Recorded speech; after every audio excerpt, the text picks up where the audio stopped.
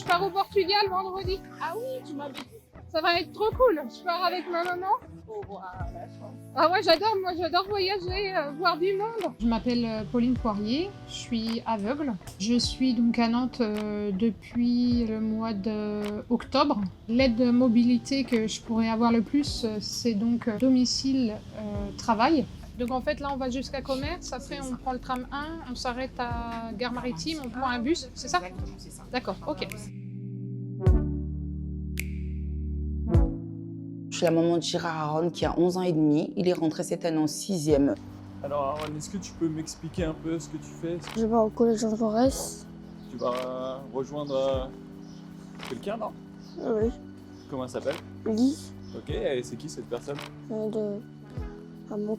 Accompagner à l'école et accompagner à la maison. Aaron, il a des troubles autistiques. Il est stressé, il est timide. S'il a une difficulté dans la rue, il n'ira pas demander aux gens son aide. Pour la rentrée en 6e, c'est que Aaron, il connaissait pas le collège et les trajets en fait, parce que moi, j'ai 2 petits derniers qui sont en primaire. Je pouvais pas l'amener et son papa non plus ne peut pas l'amener. Au tout début, il avait un taxi qui l'a emmené chez l'orthophoniste en fait. Et je demande à sa prof d'Ulysse, qui était en primaire, s'il y avait d'autres alternatives pour l'accompagner à l'école. C'est là où elle m'a parlé de mon copilote.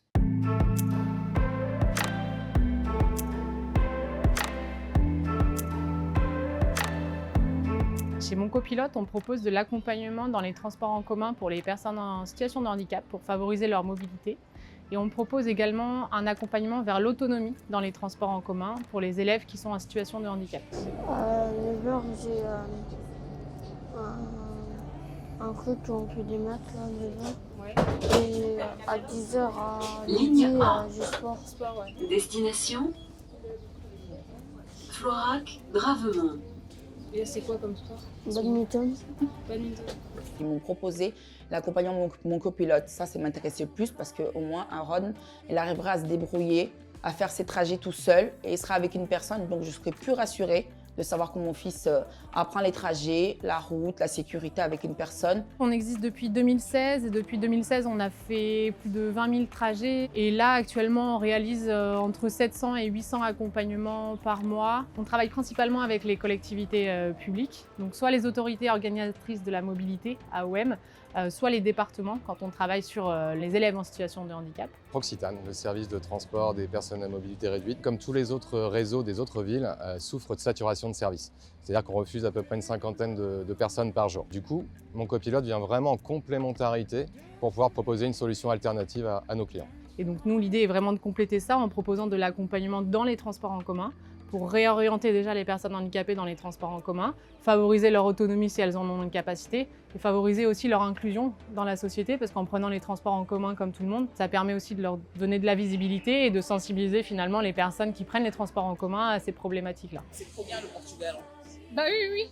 Tu pars à une période où il va faire un peu chaud. Je sais pas. C'est froid quoi.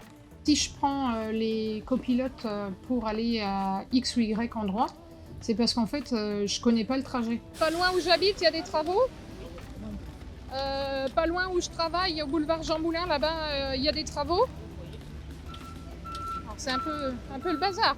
Ce qu'il y a de bien chez donc, les copilotes, c'est que, en fait, contrairement à quand on est tout seul, eh bien, ils nous évitent les travaux. Par exemple, s'il y a un trou qui n'était pas prévu parce qu'il y a un tractopelle qui a creusé un trou, eh bien, le copilote, il va nous diriger de façon que on tombe pas dans le trou, en fait.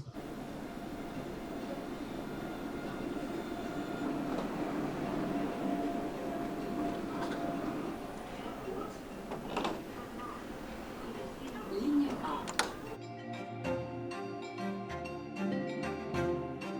Quand on s'adresse au département, on va venir compléter des services comme des services en taxi. C'est des enfants qui sont accompagnés en taxi tous les jours pour aller à leur école. Et le jour où ils n'ont plus ces services-là qui sont disponibles, ils n'ont jamais utilisé les transports en commun. Et donc du coup, l'idée c'est vraiment de compléter ça et de les réorienter vers les transports en commun. Ça fait combien de temps que vous faites du badminton là Depuis avril. Ça va, tu t'en sors? Ouais. Le but c'est qu'il soit à l'aise sur ses trajets, qu'il arrive à les faire seul, sans qu'il y ait l'intervention des parents et Aussi qu'il soit pas stressé.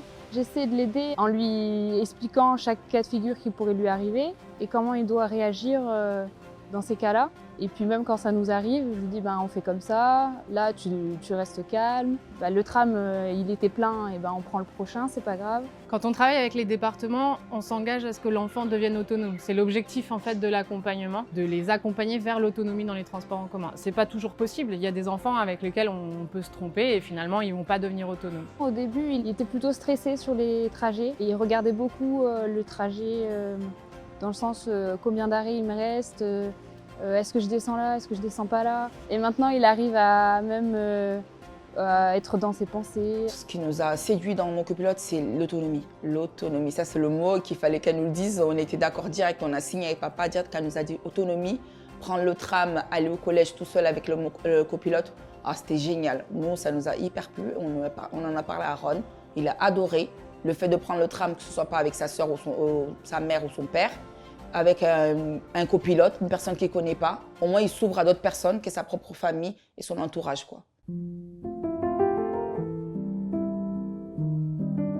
Ce qui est bien chez les copilotes, c'est que en fait, parfois, on a différents copilotes qui peuvent m'aider. C'est bien parce que ça lie une relation humaine.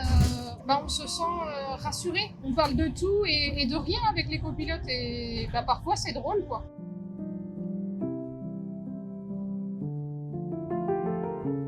Ça va faire 1 an qu'Aaron il est accompagné par les copilotes en fait. On a remarqué un changement mais incroyable au niveau autonomie avec Aaron. Il va pouvoir y aller partout où il veut.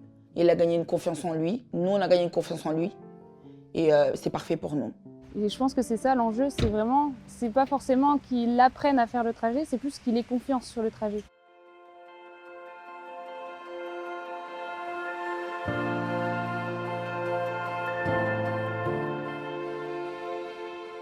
En travaillant avec des collectivités publiques, c'est pas toujours facile parce que le temps de mettre en place un marché public, de faire évoluer les besoins, les cahiers des charges, ça prend du temps. Donc ça fait souvent plusieurs années qu'on travaille avec une collectivité pour aboutir après à une phase expérimentale et la mise en place du service. Et il y a aussi un changement de mentalité à opérer parce qu'on a l'habitude de faire de l'accompagnement en véhicule. Voilà, c'est ça, on connaît ça, on a l'habitude, on met ça en place, c'est facile, on a déjà les transporteurs. Voilà, tout est organisé de cette manière-là. Mais par contre, de réfléchir à de l'accompagnement dans les transports en commun, c'est changer la logique, c'est changer des questionnaires au niveau des maisons départementales des personnes handicapées, c'est rajouter des cases et donc du coup, il y a tout un changement d'habitude à mettre en place.